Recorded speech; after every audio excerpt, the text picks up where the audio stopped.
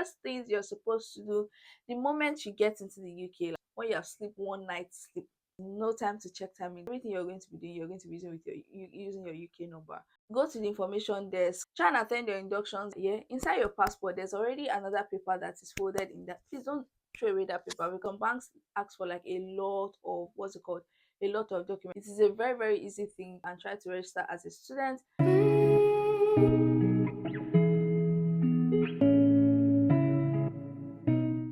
Hi guys, welcome back to my channel. It's your baby girl again, MonnyLagos, and I'm here with another exciting video. You know the vibe already. If this is your first time stopping by, my name is Moninola and I'm a YouTuber based in UK. Make sure to subscribe before you leave, and if you're a returning subscriber, thank you so much for always coming back to watch my videos.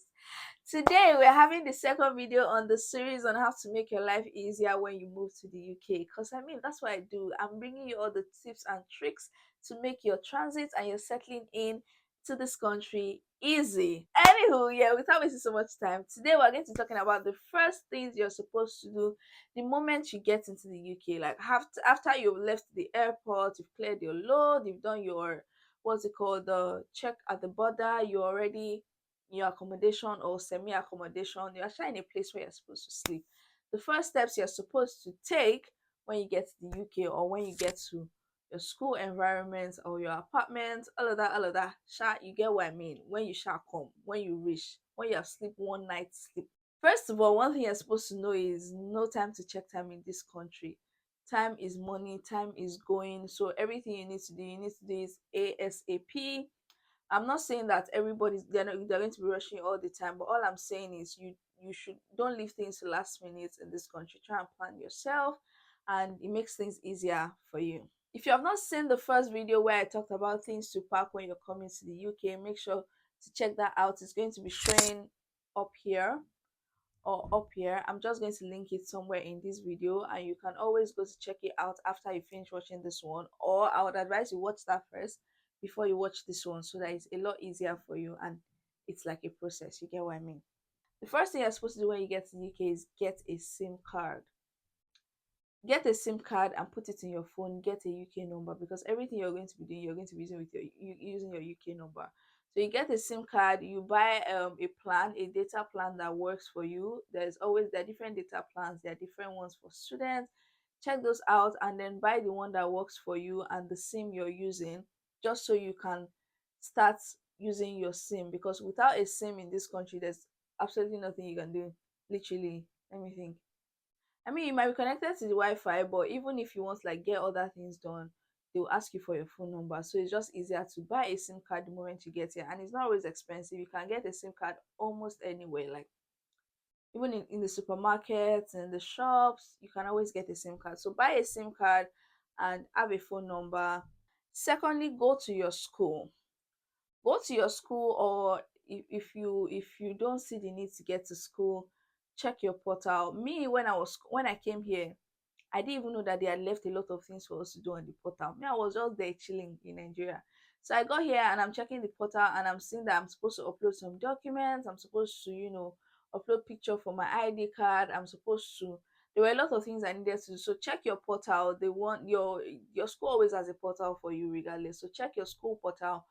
Be sure that you submitted all the documents you want to submit. Be sure that you've gotten everything, and if you can, go to your school.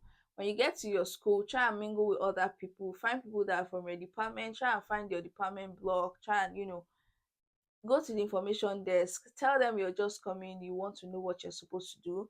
And during this process, you can also get your school ID card, which is also very important, because for everything you're going to be registering for, they might be asking you for your school ID card, and you might need to like show your school ID card.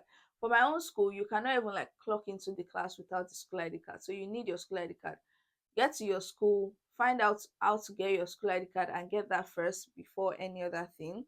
Also, check for timetables. You might not know where to find your timetable from. Go to the information desk. There's always an information desk or like an international sense office in your school. Go to the information desk, ask them how you can access your timetables if you have not. If you have the timetable already, check everything. There's something called inductions, like an orientation for new students. Make sure you attend those inductions and orientations. I know they can be boring, but just try and attend them, because like there are some information you get during the induction that will be useful to you. So try and attend your inductions, get your timetables, get the induction timetables also, and just go to class, find people that are your classmates, mingle with them. The third thing I would advise you do is collect your BRP, your biometric residence permit. It is a card that on your the paper you receive when you receive your visa, yeah, inside your passport there's already another paper that is folded in that. Please don't throw away that paper, because on that paper you see the information of where your BRP is. Sometimes it might be at the post office that is close to your school, sometimes it might be in your school, sometimes they might have sent it, I don't know, anywhere else. It depends on the information you put down in your during your visa application. So please check for on that paper before you even leave Nigeria at all. On that paper you're going to see it, collection for of BRP or something like that. If I can find mine, I'm going to put it on here so you know what the paper looks like and you know where to check. But you're going to see where your BRP has been sent to. If it's been sent to your post office, try and find your way to the post office and collect your BRP as soon as you can. And if it's been sent to your school also, go to the information desk and tell them you want to collect your BRP. They will direct you to where it is if it's not at the information desk. But you always need your BRP for a lot of other things also. So your school ID card, get your SIM, get your BRP, find out about your timetables and where your classes will hold and all of that, and attend inductions. They are very important. Next thing you're going to want to do is open an account. So there are a lot of online accounts now, because I understand that before you can like get into a bank to like open an account, some banks ask for like a lot of what's it called, a lot of documents. So there are different online banks that you can at least open to start with, like just open one to start with. Then when you have enough documents, you can always go walk into any bank and open like a physical bank account. So for the online banks, I know about Revolut, I know about Monzo, I know about Sterling. I'm trying to think if there are other ones that I know about. I'm going to like put a list. Literally, there's supposed to be a list showing on the screen now of the online banks that you can open. Literally, all you need to do is download these apps on your phone. They're going to ask you for maybe your visa, your BRP. That's why it's important for you to like have gotten your BRP, because they're going to ask you for it, and maybe your visa page depends on the bank. So you just open that, and then you know that at least you have one bank in the UK already. That's like online bank. You can now open a physical bank when you have more time to, walk into the bank and find out their requirements and open their bank account. After that, you're going to apply for your NI number. So NI number here is national insurance number. It is this number that you use to apply to jobs. Without the NI number, you might not get a job, because that's how like they pay you through the old tax thing and everything. They use that number.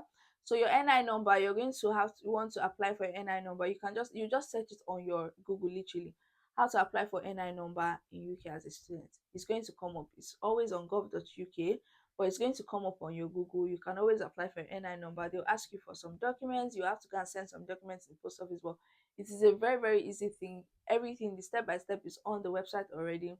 So you're like, it's easy for you to check for it and apply. It's easy for you to apply for this NI number.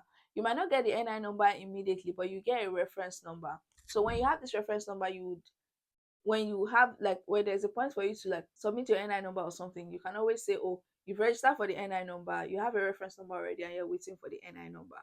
But like you have to keep following up on this NI number. But I think it's already faster now, because people that came after me got their NI numbers like earlier. So I think it's now faster than before, when it was really slow, and it doesn't take months anymore to get your NI number. Next thing you're going to want to do is register with a GP. GP is general practice, like literally register with NHS.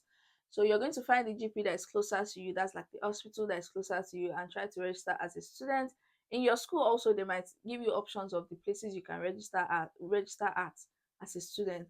Or you can just like any hospital you see around that is a GP and is an NHS hospital, go in and say you want to register your GP. If they don't register GP there, they'll direct you to where you can register your GP. So this is just for a case of if you fall sick or if you need to take any vaccinations and all of that, you can easily like call your GP. Your GP is your point of contact to get like any medical attention really.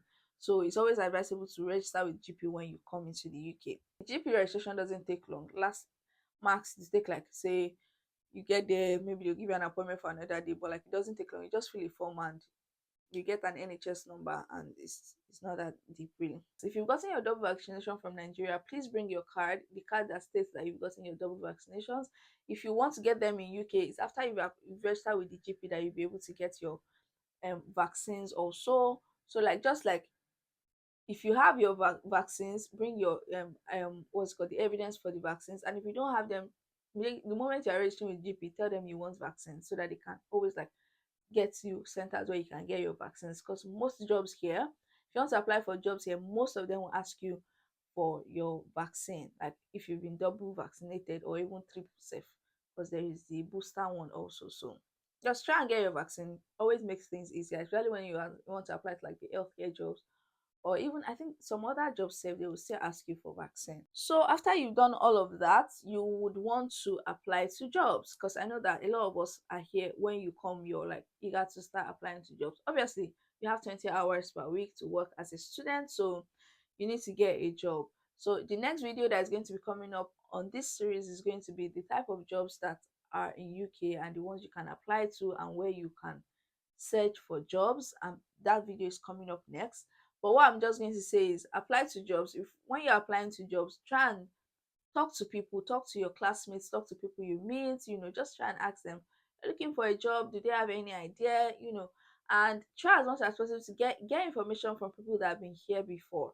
Don't get information from people that you're just coming with, because everybody's just winging it at that point in time. Nobody really has like concrete information. So don't you I'm not saying you can't get information from them. Get information from people that are also just coming, but don't really build on that. Try and confirm every information. Everything you need to confirm is on UK website, so you don't have to like go too far to confirm this information. Just try and confirm from people that have been here before, just so you're sure of what you're doing and if that's the right thing. The next thing you're going to want to do is download your Google Map. In fact, this should have been the first thing, and I'm saying it as the last thing, but have Google Map on your phone. Google Map is going to save you a lot of stress in this country. I'm telling you. The moment you know how to work Google Map, you are good. Well, I'm sure we all know what Google Map is. You know what the app looks like. You know how to use the app. So just download Google Maps so you can always use it to find your way. You can use it to check for buses, check for trains, everything. Just familiarize yourself with your environment. Look for shops that you can get stuff from. Check for the nearest supermarkets. Check for the nearest African store if you need them. Just take out one day literally and walk around. Like just notice your environment, try and like understand, like try and like get yourself familiarized with the environment, just so, because here there's nobody that's going to really come and hold your hand and teach you, oh, this is where you're going to get this is what you're going to get this. If you're not lucky to have those kind of people, you're going to have to find them out by yourself. I think that's it really. Those are the things that I think you should do when you first come to the UK. So yeah, that's it for now. Thank you guys so much for watching. Again, don't forget to subscribe to my channel. Don't forget to share this video with somebody that you know needs it. I'm sure you know a lot of people that need this video, and you probably need it too. So please share this video with your friends, and don't forget to subscribe to my channel. Don't forget to tell them to also subscribe. Till I see you again in my next one, take care of yourselves and have fun. Bye.